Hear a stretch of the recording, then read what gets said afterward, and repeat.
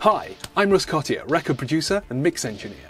You may remember me from such videos as The Ultimate Guide to Bass, How to Handle a Big Bottom, and Static in the Studio, Don't Wear Synthetics. Now, I'm very lucky in this time of isolation because I have a state-of-the-art studio in my own home. I'm going to show you around and show you some of the things we can do here. Go. Hi, I didn't see you there. I was just working at my TAC Matchless from AMEC. It's a 26x8x2 large format console, really nice EQs on it. Transformerless, of course, for the modern era. And yeah, it's an absolute workhorse. I've had it modified with this lovely burgundy leatherette. And it's just the perfect desk for this home studio.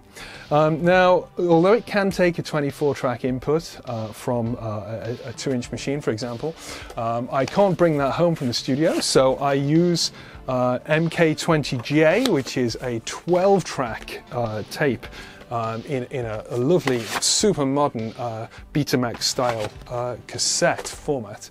And I also have in the rack at the side here a Toa MR8T, which is an 8-track onto a cassette. Now it also has functionality for a sync track on here as well, which I'll tell you a little bit about in a moment.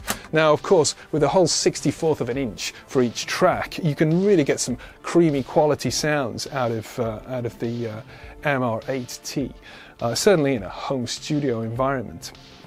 Below that, on the rack, we've got a DSP-128 from Digitech. Absolutely state-of-the-art, digital reverbs and delays, everything you could ever need in a studio, really. And I have another unit over there, which is a PV Adverb 2. Fantastic unit. So you're probably all wondering what this is. Well, we'll come back to that in a moment. Let's have a look at the studio computer. Yes, we have a computer in the studio, and it's a Commodore CBM 4032, 32 kilobytes of RAM.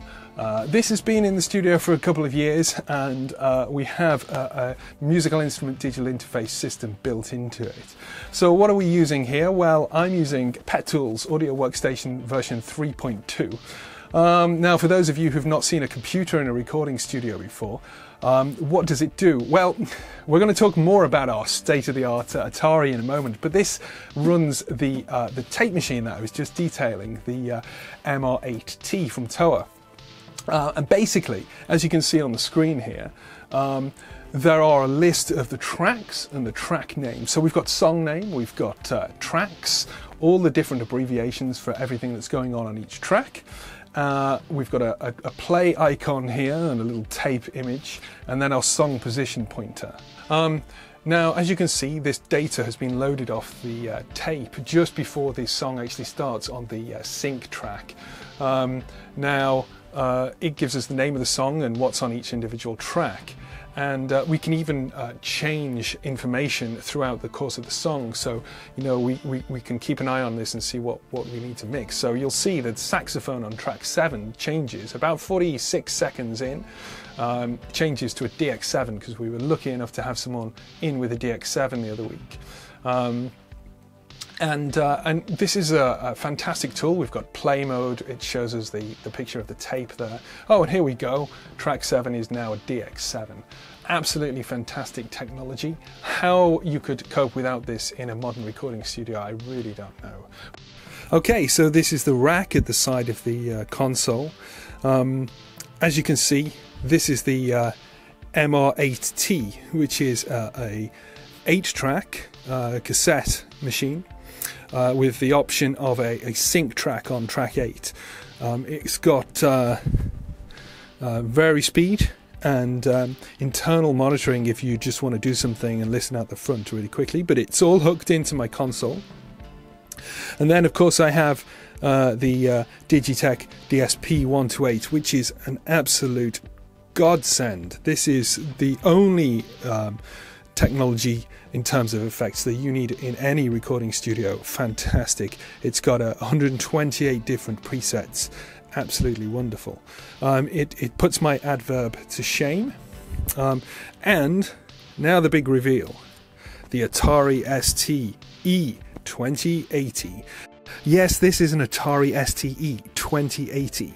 We actually bought the 520 STE, which is a half a megabyte of RAM, and then upgraded it to 2 whole megabytes. It takes 3.5-inch floppy disks, as you can see.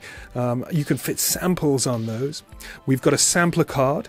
We even have a tower with a compact disc reader and a hard disk drive, a 200 megabyte hard disk drive. So it really is state of the art. Now this can play back samples. You can record samples of up to 14 kilohertz sample frequency. So it really is taking our studio here to the next level. And it's great to have something like this at home. Because it really means you can create a whole orchestra or a whole pop track or whatever just using the Atari ST. Now this is going to be used for sequencing. We've not quite plumbed it in yet, but it's going to be used for sequencing, and we're going to keep the CBM running the audio side of things. And this is Keyboard Corner. Starting from the bottom, we have a Casio Master Control keyboard with musical instrument digital interface. We also have a Casio Tone 405 that's not patched in at the moment, and my pride and joy, the Yamaha DX9. Now it's not quite a DX7, it has a few less operators, it's only a 4 operator system. But it really is, you know, one of the best keyboards out there for these modern sounds. So let's have a listen. Yeah, yeah. Oh, it's just beautiful. And you could even, it can even be connected into some sampler sounds on the Atari, so you can get drums. And also, you know, you can record the actual notes that come out of here and save them and edit them in the Atari. Absolutely groundbreaking.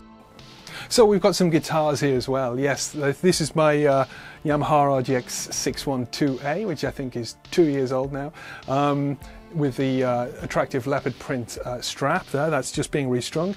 I've got a Mogar from the 1940s, so that's like a 40-year-old guitar, and a zither banjo here. Lots of percussion things, some basses, a nice headless bass over there.